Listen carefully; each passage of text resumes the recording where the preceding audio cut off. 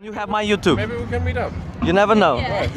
So Good luck, guys. Good luck to you. Thank you. Good luck. Auf Wiedersehen. Alam. Namaste, amigos. Esu šiuo metu Varšuvoje. 26 projekto diena. Ką tik prieš pradedant filmuoti susipažinau su naujais žmonėm ir taip dažniausiai būna, jog tik paspaudžiu rek mygtuką, su kažkas prieina, paklausia tiesiog kas aš, kur aš, apie ką aš ir štai mano vardas Robbie Colton, man 33 metai ir aš iškeliavau aplink pasaulį su dviračiu. Mano tikslas yra įrašyti muzikinį albumą iš pasaulio garsų. Simboliška, jog esu šiam mieste, nes prieš 12 metų teko čia porą mėnesių padirbėti. Dirbau tuo metu biržos makleriu ir paskui grįžęs į Lietuvą vasarą atsitiko toks neįprastas dalykas. Aš tuo metu jau turėjau savo solinį projektą muzikinį ir teko jau nemažai koncertuoti, bet norėjau augti, norėjau tobulėti ir tuo metu labiau pradėjau diginti ties elektroninę muziką ir šiaip indie muziką. Pradėjau domėtis Chet Fakeriu, Bon Iveras, Kate Ranada, Disclosure, čia dabar labai tokius išvardinau žinomus, bet ir skirtingus vardus. Ir galvojau, jog prie mano gitaros ir mano tiesiog akustinio vaibo norisi, kad atsirastų kažkoks elektroninis projektas. Ir taip netikėtai, atsimenu, sėdint prie kompo savo kambarį, gimė pavadinimas Viso Gero. Per tos 12 metų Viso Gero transformavosi ir aš transformavausi. Buvo įvairiausių projektų, įvairiausių koncertų, įvairiausių šalių. Svarbiausias dalykas, kuris išliko, tai noras pažinti pasaulį ir noras pažinti muziką. Tiksliau, noras pažinti garsus tame pasaulyje. Dėl to tikriausiai aš varau į visą šitą ilgą 1,5 metų kelionę, nes norisi pažinti įvairias kultūras, norisi pažinti kitus žmonės, norisi pažinti jų muziką, jų neįprastus garsus.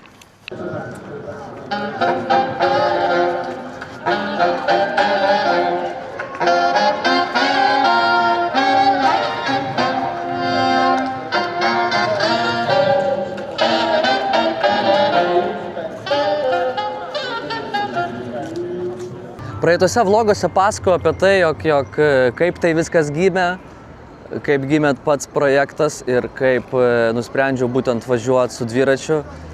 Galiu tik įsiplėst, jog viskas transformavosi į tai, jog iš mažo tiesiog neįvykusio elektroninio projekto, tai po truputėlį virto iš pradžių tai pavirto į production house'ą, su kuriuo mes su šito pavadinimu nufilmavom kaip minimum keletą muzikinių klipų, porą trumpametražių filmų konkursams ir tai turėjo tiesiog plėstis toliau į video dalykus, bet su draugu pasukom skirtingais keliais ties darbais. Ir tas pavadinimas liko bet kokiu atveju man ir nežinojau, kas toliau. Tai transformavosi. Aš pradėjau galvoti apie kelionę su dviračiu ir tam reikėjo kažkokio pavidalo, kažkokio skambaus žodžio, kažkokios mantros mano vidinės. Ir Viso Gero labiausiai, manau, atspindi keletą aspektų. Tai yra lietuviškas žodis, kuris užsieniečiams visai gerai skaitosi. Tai yra palinkėjimas, tai yra atsisveikinimas ir jis yra labai stipriai apie mane.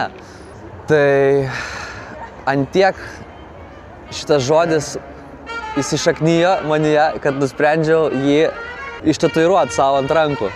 Ir dabar pamatysit, kaip vyko pats procesas. Šiandien varau pas savo mylimą tatų meistrę Agnę iš Besarmatė salono. Jau 3 metai, kai mes su ją draugaujam.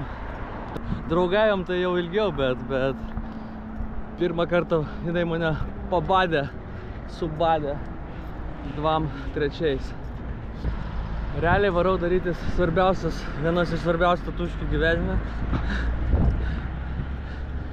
nes ir projektas vienas iš svarbiausių mano gyvenime kol kas. Džempinau visiškai.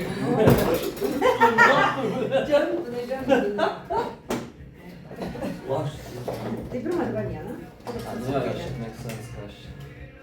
Ble, 14, aš matau, Aš tai mano pirma tatuškė 14. Nu, blėt, nu Ir per anksti, labai per anksti, žinok. Iš vis, ta prasme, realiai tatuškės reikėtų darytis nuo 20 kokių 2, kai jau biškį susipratęs. Jo, kad nebūtų paskui Jo, nes paauglystėj, nu, iš visko prisigalvoju tam. Tai aš irgi, ta prasme, aš šiaip darau tik tais nuo 16 metų, tai ten su tėvu ir atsiklausiu 5 kartus ir net ne viską darau, ta prasme. Jo, aš pagaunu. Atsirenku, nes nu yra tokių, žinai, kur tikrai nublembo. Supranti, kad jis paskui Taip, kad tikrai gailėsis. drugelio ant Taip. Tai besarmatė yra jau... Kada 5 metai? Lapkritį? Lapkričio, ne, tai aš šiaip pasiėmiau pačias patalpas rugsėjo 1. Ok. Bet brandas ir kaip atsidarė Bet pats tik gimtadienis? brandą aš atidariau, o gimtadienį lapkričio 19. Darysi šiais metais vakarėlį, mega Ai, super. matai, pas mane visas šventės yra dabar šitą žiemą.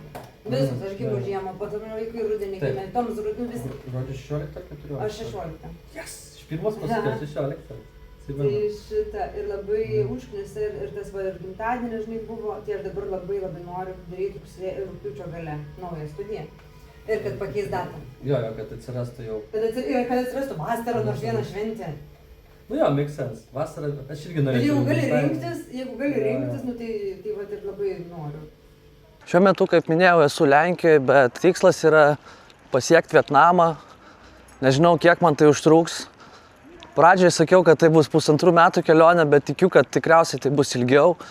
Ir varysiu dabar nuo Lenkijos link Turkijos per visą Europą. Planas žiemot Sakartvele. Galimai ten jau bus pirmosios albumo idėjos ir kažkokie tai demo įrašai. Tai leisiu savo porą mėnesių praleidęs ten toj vietoj pamontuot, kažką įrašyti, kažką išgvildent, gal tai gal jau turėsiu kažkokį konkretų konceptą. Na ir nuo ten jau prasidės visiškai kita kelionė, link Azijos. Daug kas rašo, ar nebaisu, ar pasiruošęs. Tai žinokit,